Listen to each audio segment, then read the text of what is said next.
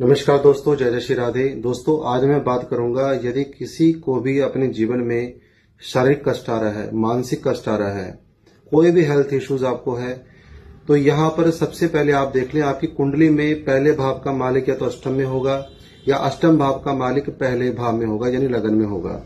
तो यहाँ पर ऐसी बीमारी व्यक्ति को होती है कि जो किसी टाइम उसका इलाज ही नहीं हो पाता या दवाइयां नहीं लगती होती।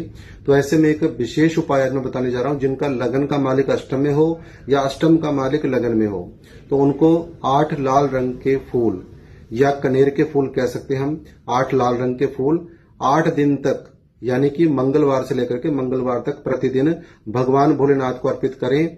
और प्रत्येक फूल को अपने माथे से लगा करके शंकर जी को अर्पित करना है, यानी 8 के 8 फूल आपको भगवान शंकर जी को अर्पित करना 8 दिनों तक। तो यहां पर देखेंगे आप शरीर कष्ट से मुक्त हो जाएंगे।